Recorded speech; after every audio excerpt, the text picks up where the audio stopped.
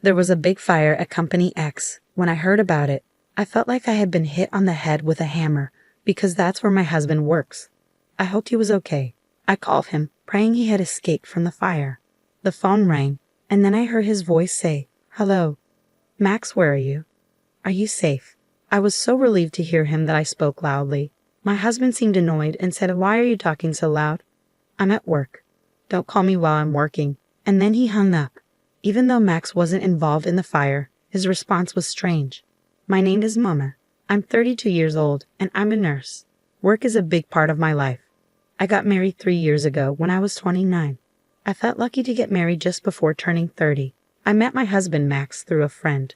We got along well and have enjoyed our married life in his company housing. We've been married for 3 years but don't have children yet. I believe we can build a happy family together. Max can be self-centered sometimes, but overall, he is kind and good. He shows his love to me and I feel safe with him. Recently, my husband has been very busy with work and even works on his days off. He seems tired and doesn't pay much attention to me at home. After dinner, he sits on the sofa in front of the TV, but he doesn't really watch it. Instead, he looks at his phone with the TV on in the background.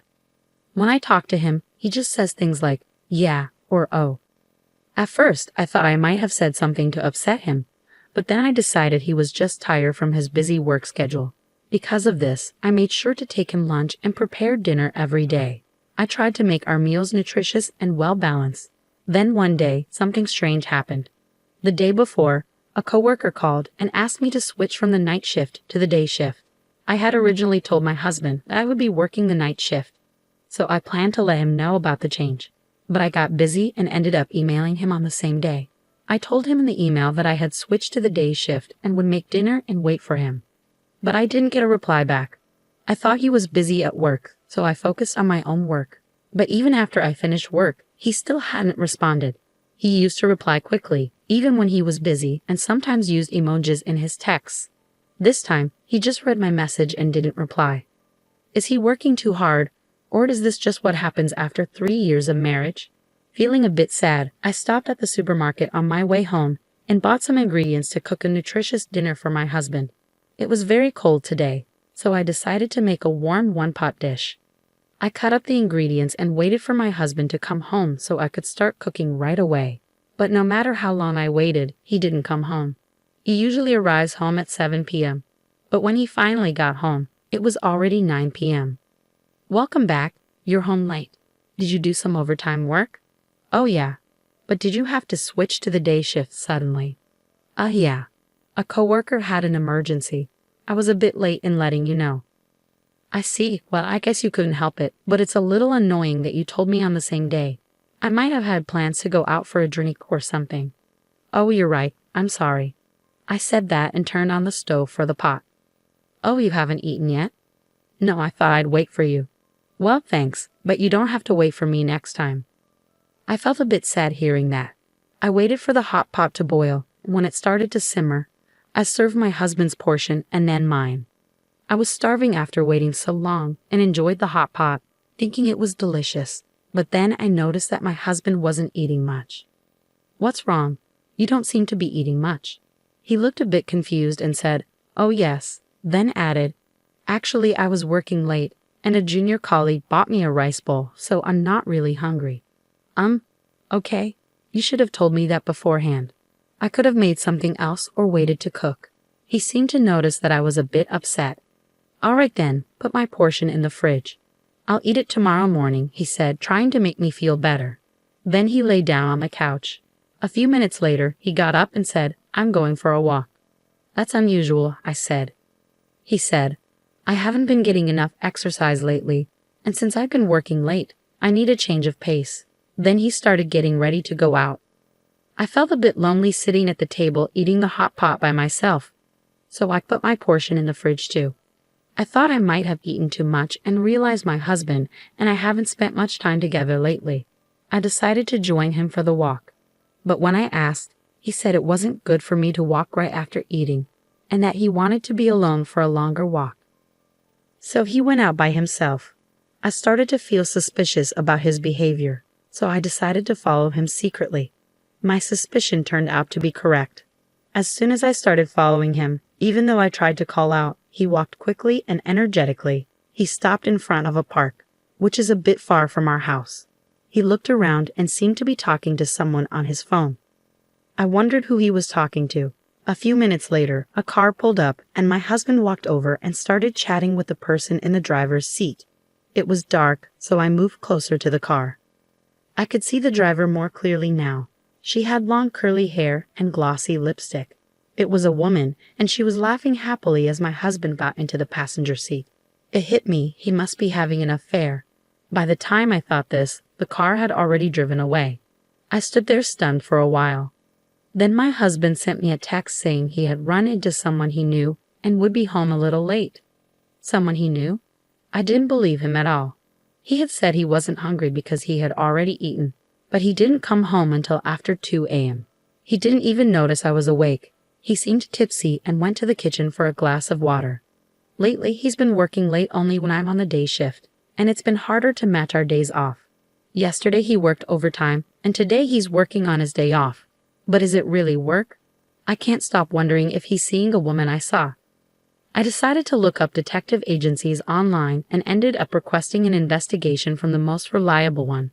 I felt guilty about investigating behind my husband's back, but if nothing was going on, I could trust him again. So I went ahead with it. Waiting for the results was really tough. My husband was as quiet as ever, and every time I saw him, I thought about the woman I had seen. I wanted to find out the truth as quickly as possible. Then something surprising happened.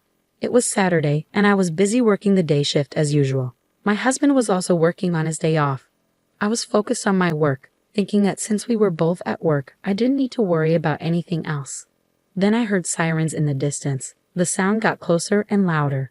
Just when I thought they were passing by, I heard more sirens. It wasn't just one fire truck, but 2 or 3 more. This meant there was a big fire nearby. I felt uneasy and worried. 2 of my colleagues, who had gone to the hospital room, returned with serious expressions. They were talking about the fire. "You mean the fire?" I asked. "Yes, that's right. Apparently, there was a big fire at Company X." My heart sank because that's where my husband worked. It felt like I had been hit on the head with a hammer. I quickly explained the situation to my colleagues and called my husband to make sure he was okay. I hoped he was safe. I called his phone, praying that he had escaped the fire. Despite our recent lack of communication, I always saw him off in the morning. The call rang, and then I heard his voice say, "Hello. Max, where are you? Are you safe?" I was so relieved to reach him that my voice got louder. My husband sounded annoyed and said, "What's the matter with you? You're talking so loud." "I'm at work. Don't call me while I'm working." Then he hung up the call. At least my husband wasn't involved in the fire, but his response was odd. With such a big fire and several fire trucks at the scene, there was no way he could be working as usual. Did that mean he didn't actually go to work? And why was he so cold when I was just worried about him? I was growing angrier with him. Maybe I had been seeing him off just so he could meet another woman since we got married. So I made a decision. I would leave the house. When I got home, I immediately started packing my things. I found the results from the detective agency in the mailbox. They had just arrived. I decided to take the results with me as I left. My parents helped me pack, and I arranged for the movers to come right away. My husband didn't seem to know I was aware of the truth. He didn't contact me that night, and I guessed he was with his lover. I packed up many of my things, furniture and appliances I had from before we married. The room looked almost empty and deserted. As I looked around, I realized I had no emotional attachment to this place anymore. For now, I moved my things to my parents' house and began searching for a new place of my own. The next day, my husband finally called. "Hey, what's going on? Most of your stuff is gone." Of course I moved out. "What? What are you talking about? When are you coming back? What about my food and the house chores?" I was shocked by his reaction. Is that all he thinks about? During our conversation, I was reminded again of the fire at his company. It was clear he was with his affair partner instead of at work. The anger surged within me. "Why don't you find another woman to handle that for you?" "Huh? What are you talking about?" "You were with a woman named Linda today, weren't you?" "Huh? What are you talking about?" "I was at the office." "Oh, at the office? How long did you work today?" "It was a busy day. Even though it was my day off, I stayed late." "I see. That's why I was so surprised you moved out. Why don't you stop lying already?" Huh. You lied about going to work, didn't you? I wasn't lying. I was working. What's going on? How could you work until the evening when there was a fire at the office during the day? Huh. When I called you earlier, there were several fire trucks at your company responding to a fire. I was calling to check if you were okay. You told me not to call you while you were working, yet you acted like there was no fire. Well, and I have evidence from a detective agency about your affair. There's no way you can deny it. All further communication will be through my lawyer, and I will be seeking alimony. Oh no? My husband kept begging for forgiveness and apologizing, but I no longer have any feelings for him. I'm sorry, but there's no way to fix this. I'm hanging up now. Wait. I went to my lawyer and asked for a divorce and alimony. The divorce was finalized and my husband couldn't escape the consequences due to the evidence. He and his affair partner paid me a fair amount of alimony. It turned out that his partner was a junior colleague at his workplace. The news of their affair quickly spread through the company, and the timing during the fire caused a lot of negativity among their colleagues. Both my husband and his partner are now facing cold stares and feeling quite ashamed. They really deserve it. Meanwhile, I moved to a new apartment and am enjoying my comfortable single life. I'm taking my time to find a sincere man and am not rushing into a new relationship. My job as a nurse is stable, and I'm also enjoying my own time. Although I discovered my husband's affair unexpectedly due to the fire at his company, he shouldn't have had an affair in the first place.